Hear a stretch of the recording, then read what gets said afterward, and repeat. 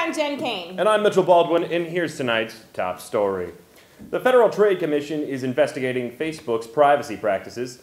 The investigation should be a short one, though, due to the fact that Facebook doesn't have any privacy practices.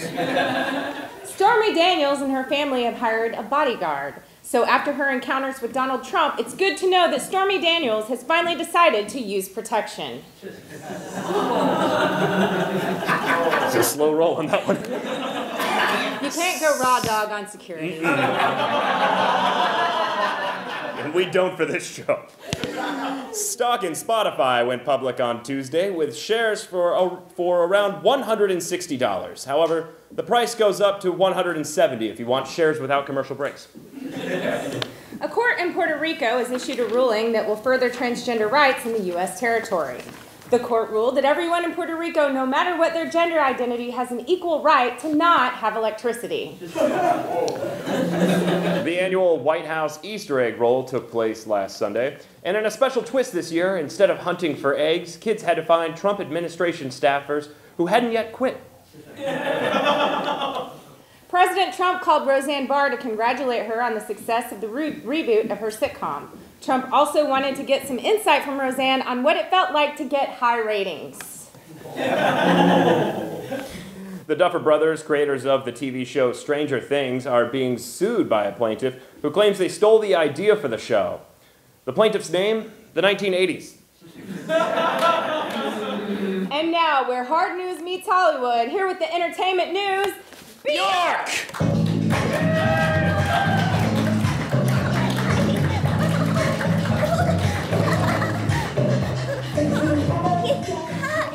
Thank you, Sorceress Jen and Mr. Mitch. Sometimes when I close my eyes, I can't see.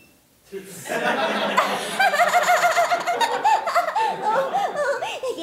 okay.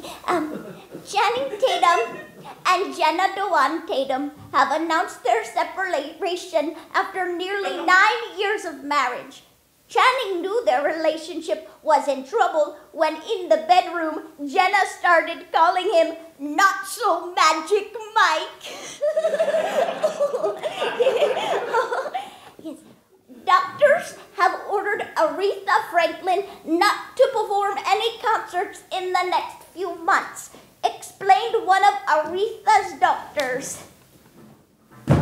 Instead of doing concerts, we want Aretha spending time R-E-S-T-I-N-G. Oh, yes! Ben Affleck visited an 11-year-old Batman fan battling cancer.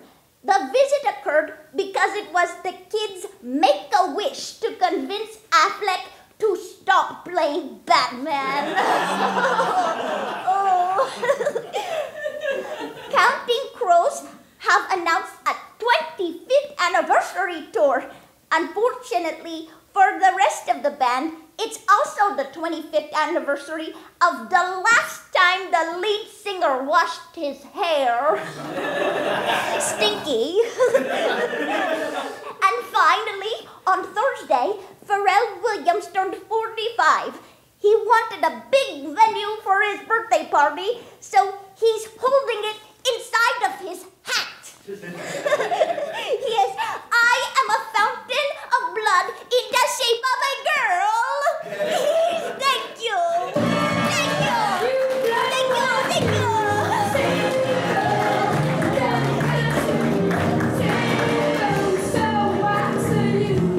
One more time for Bjork, everybody. I feel like she's every Uber driver I've ever had in Los Angeles. Amazon is making a documentary series about Lorena and John Wayne Bobbitt. The series is supposed to last several episodes, but Lorena will find a way to cut it short. Almost cut that joke. The History Network has scrapped plans for an upcoming series on Bill Clinton's impeachment. The network figures that anyone interested in watching shows about impeachment will be too busy watching the reboot starring Donald Trump. We can only hope. Whole Foods may launch a program giving 10% discount to customers with Amazon Prime. Responded an Amazon Prime member. So, with the discount, that means that when I go to Whole Foods, buy my groceries, it'll still cost me 90% of my arm and 90% of my leg. Stella Artois is recalling beer bottles sold in Canada because they may contain particles of glass.